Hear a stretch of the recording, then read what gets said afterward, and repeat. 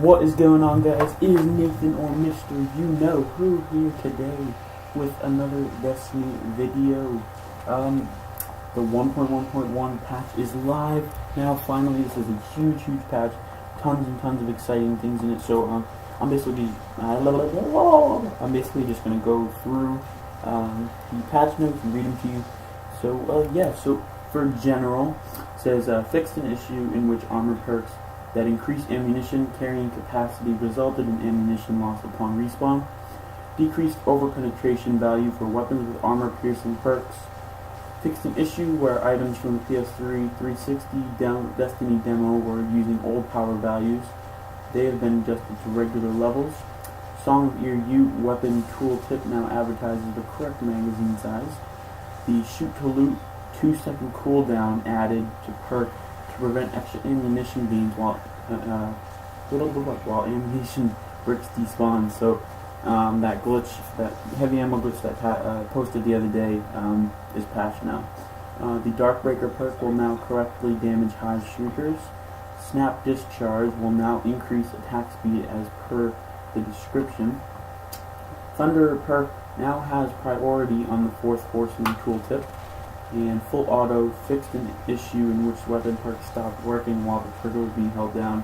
That's really nice because that used to annoy the crap out of me. So for the auto rifles, reduced base damage of auto rifles by 2.5%, reduced effective range values. For pulse rifles, increased base damage of pulse rifles by 9.7%. Hand cannons, slightly reduced effective range, slightly reduced initial accuracy. For fusion rifles, widened blast pattern on fusion rifle burst cone, reduced starting ammunition PvP. For shotguns, increased damage against all non-guardian combatants by 100%, reduced high-end range values, damage fall-off starts sooner, reduced starting ammunition PvP. For the strikes, the weekly heroic strike is now a match-made activity. Strikes will be less likely to repeat in matchmaking rotations for full fire teams. For the PvP General, players will now unlock all playlists, Control, Clash, Rumble, Skirmish simultaneously when unlocking Crucible. Added a new notification when Crucible modes unlock. Crucible maps will be less likely to repeat in matchmaking rotations for full fire teams. Guardians no longer drop heavy ammunition when killed in PvP. Guardians now drop much less special ammunition when killed in PvP. Completed matches will now award gear with proper power level. Fixed a bug where there was no audio playing for that bullet that kills them. For Iron Banner playlist now contains smaller maps in rotation, and focused aggression bounty can now be completed with headshots from pulse rifles, scout rifles, and hand cannons. For items, fixed an issue in which Xur did not carry exotic engrams in inventory on certain dates. Protozone completion emblem will now be sent to Postmaster when player inventory is full. Ammunition consumables will now work if used when player inventory is full.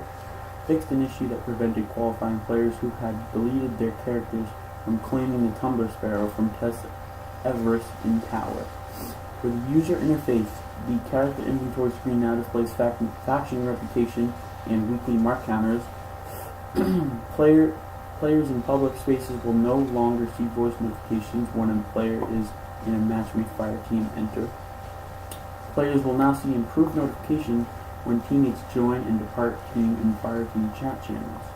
For the Grimoire, this is actually really cool. So basically, they fixed a bunch of Grimoire things, and a lot of times you would do something that should normally earn you a Grimoire card, and it didn't. So basically, when I hopped on after the update, I actually gained automatically, I believe it was 90 Grimoire score because of all the times I earned one but didn't get the points. So I'm sure most of you will earn a little bit.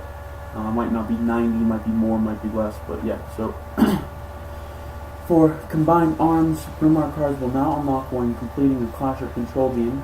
House of Wolves card will now unlock upon the start of Ishtar Collective story mission. Guardian abilities card will be granted when a player enters orbit. Siege Dancers card will be granted upon the start of the Death Palace strike. Completing Crota Zen now adds the Great Introduction Grimoire card completed statistic. Your Ute Grimoire card will now unlock appropriately. Siege of the Warmind card will now unlock appropriately, and for fixed Grimoire scores for the following cards. Omnigul, Will of Crota, Ur-Ute the Deathsinger, Crota, Son of Orcs, Awakening, the Will of Crota, Crota's End, Ascending Sword, Pantheon, Skyshock, the Cauldron, Might of Crota, Ghost Fragment, Rasputin, Ghost Fragment Rasputin 2, and Ghost Fragment Hive 4. For technical, it says DLC and patch systems have been improved. Xbox One upsell from trial version to full version no longer makes you leave the game. Improved networking resilience to packet reordering and network improvements for certain routers. They also said the bug was introduced in 1.1.1 patch that caused the Veteran of the class to spawn with less ammo in the magazine and reserves in PvE. Said this weapon was affected by overall fusion rifle changes because it is treated as a secondary weapon, and they said they will intend to correct this issue in a future release. So that is an awesome thing. Thank you guys so much for watching. That is 1.1.1 update, and I will catch you guys later.